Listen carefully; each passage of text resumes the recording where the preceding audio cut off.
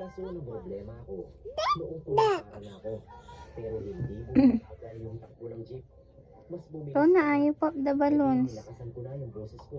Kasi sa isip ko, baka hindi lang ako naririnig noong driver. Pagtingin ko sa kanya sa salamin doon sa taas, nakita ko na nakatingin siya sa akin. Sige na. Naririnig niya talaga ako. Pero hindi niya hinihinto ang jeep. Ang lakas na ng kabog ng Pop the dibdib ko. balloons. Nilingon ko Sir, only 3 minutes. Kasi it's not good. Isa ako sigurado kapag tumalon ako. Para namang nababasa noong driver ang isip ko. Kaya ang sabi niya, Pop, saglit lang naman tayo. Saglit lang tayo.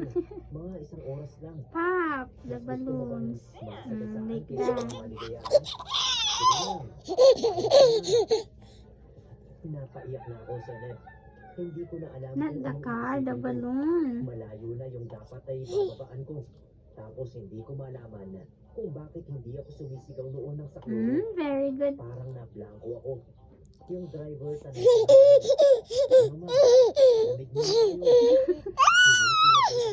Pinikilig ka. Pagkakaalala ko, umusad na ako papunta sa dulo.